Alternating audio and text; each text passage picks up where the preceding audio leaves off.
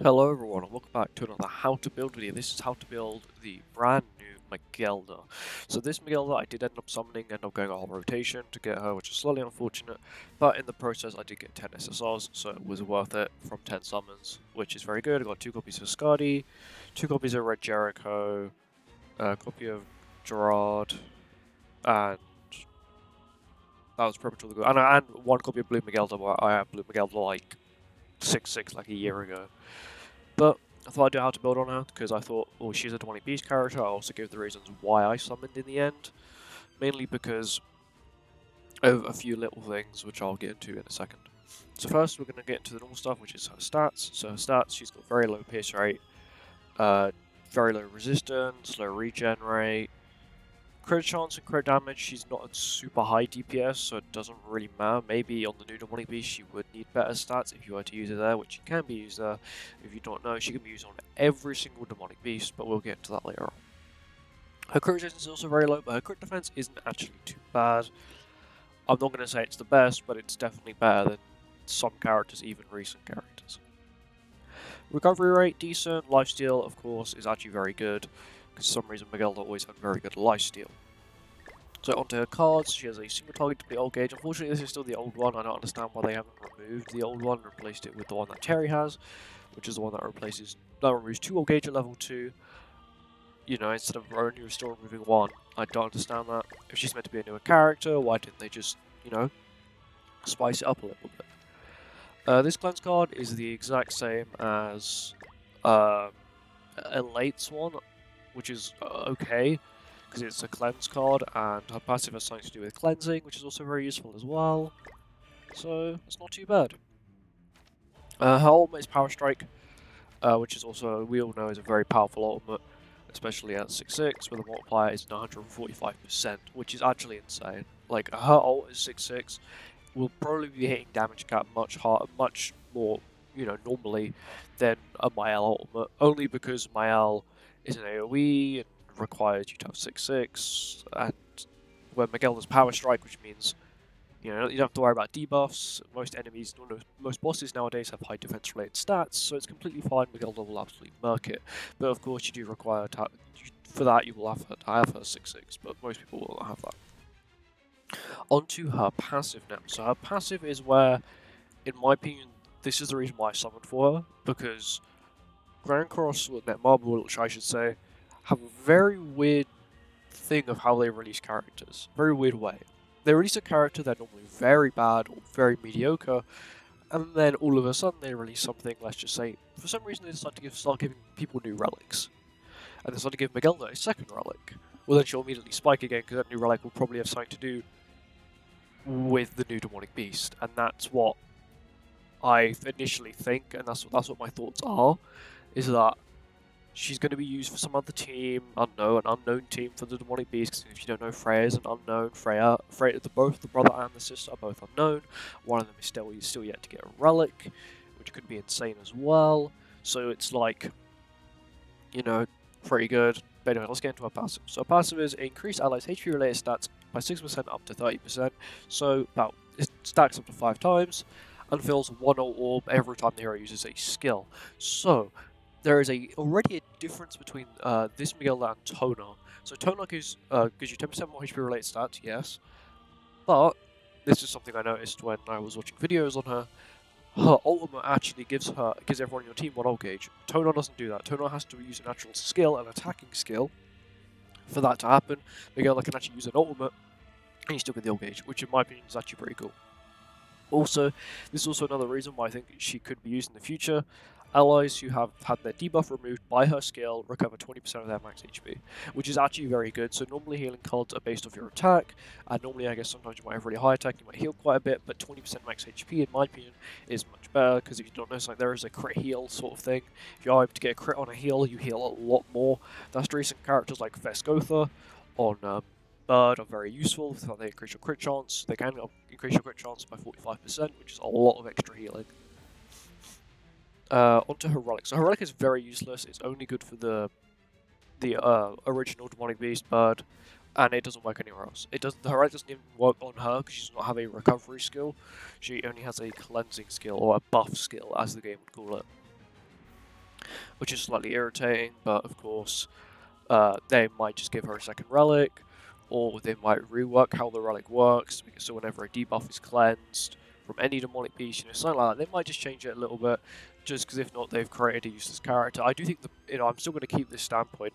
If they were to make her a different name, Megellda, yes, they would have, people may have complained because they would have to get different outfits, but you can still keep the same equipment, same gear, and it gives her another chance to get another relic.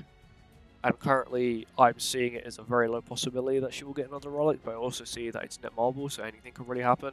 And the fact is, they always add something big around JP Anniversary, which is in May sometime. So, they might add a new thing, which enables people to have 2 relics, sort of thing. But anyway, onto gear. So currently, my gear is running, my Megellda is running HP defense.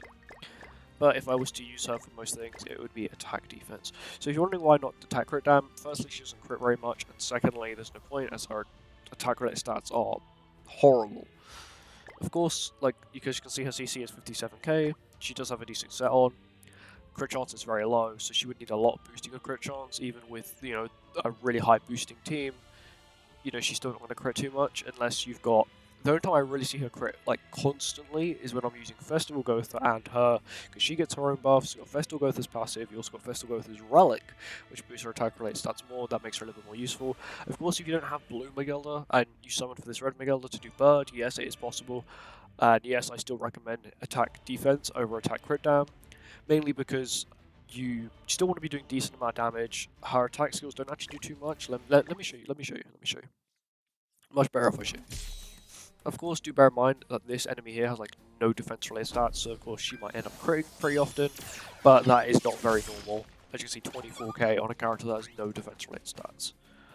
I'm not sure if you could replace Megellda in the team that is currently the best.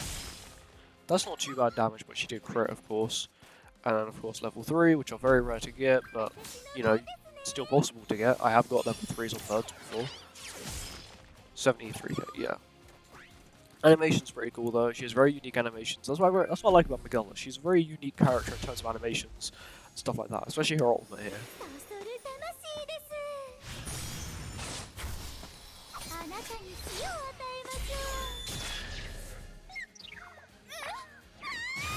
It's a very unique animation for Grindcross. Grindcross only has all these sick ultimates, and then you've got Megellda here, who misses pretty much.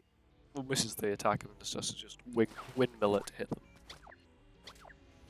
But overall, I would say she's still a decent character to invest in. Of course, if you did 2 summons and you pulled her, congratulations, definitely level her up. Because you never know in the future, she might be needed. She could also be used on dogs as well. I have seen people run Tonar and Megellda. And, that is cool, right? You can get 70% HP related stats, but I just don't think there's enough damage. Or would 70% HP related stats just completely ruin it to a point where you just don't take enough damage? Because currently, I will say, even with 40% HP related stats with Tonar, on dogs, you still can get absolutely railed by it. Anyway, I would definitely recommend attack defense though, but I'm going to change that back to... Oh, and I'm going to have to search up the name, because I don't actually have a URSFO. There you go.